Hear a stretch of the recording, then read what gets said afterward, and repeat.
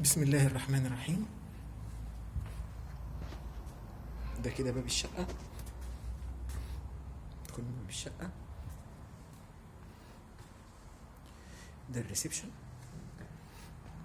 واسع جدا، والريسبشن ده بيطل على جنينة.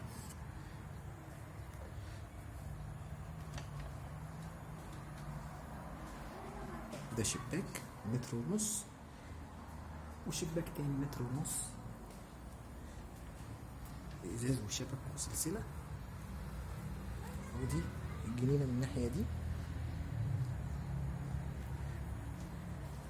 هو شاليه 117 متر، سيراميك ارض،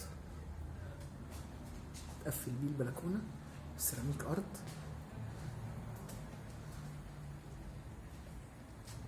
وبعدين ده الريسبشن كده اهو، وباب الشقة هناك، والأرضية روستيك باركيه كلها شرايح. وبعدين الأوضة اللي في الوش دي اهي، ناحيتين مكتبة. الأوضة دي متقفلة بالمكتبة، باب سلسلة. وبعدين الأوضة دي بتطل برضو على الجنينة. جنينة اهي. أوضة النوم الأولى في الشقة اللي على الريسبشن. وبعدين هنا المطبخ،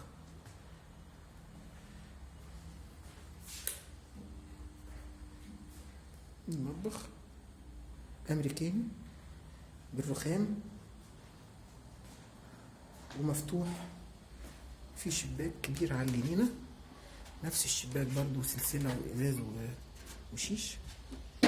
وادي جنينة المطبخ، جنينة واسعة جدا. ممكن نحط ترابيزة هنا ونقعد ناكل. وادي هنا بلكونة المطبخ، بلكونة المطبخ اهي، تطل على جنينة واسعة جدا، واسعة، متقفلة البلكونة، متقفلة بالحديد، متقفلة شبك. دي بلكونة المطبخ، وأرضيتها من نفس الباركيه الروستيك، الباركيه اللي معمول للمطبخ اهو. رجعنا تاني للريسبشن كده باب الشقة.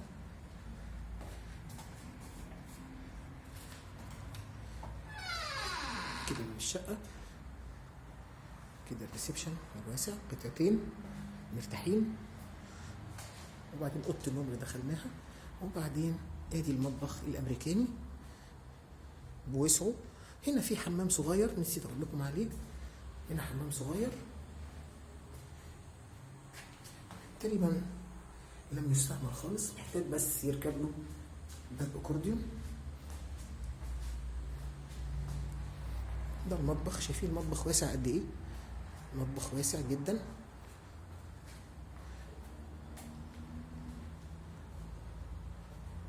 سيراميك رويال وسيراميك ارت. هنا الارضيه سيراميك ارت. وادي اوضه النوم التانية. اوضه النوم برضو نفس الفكره، الباب، السلسله، وتخرج من الاوضه. شباك على الجنينة واسعة جدا جدا جدا، جنينة واسعة جدا في وش الايه، في وش الأوضة. والأوضة واسعة اهي، دي الأوضة الكبيرة.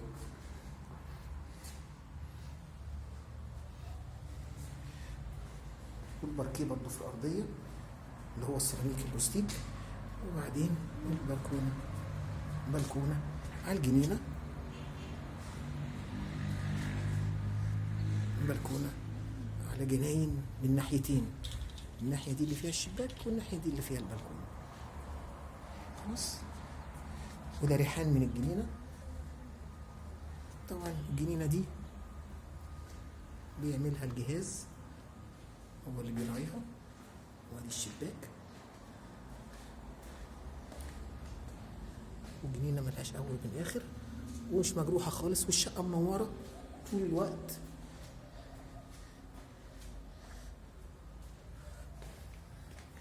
طيب دي الأوضة التانية، وللأسف هي بس فيها الحاجة متكركبة فيها، عفش كله متكركب فيها.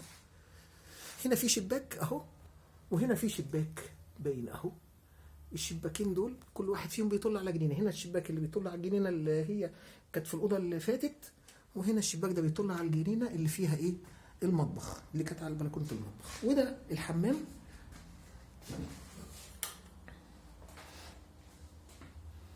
الحمام نفس السيراميك، الأرض، بانيو كبير ظهر، بانيو ظهر 170، وطقم حمام تقريبا جديد 0. تمام، ده الحمام.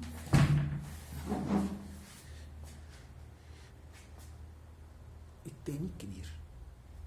تمام كده بقى الشقة فيها حمامين وبلكونتين وثلاث اوض مقفولين.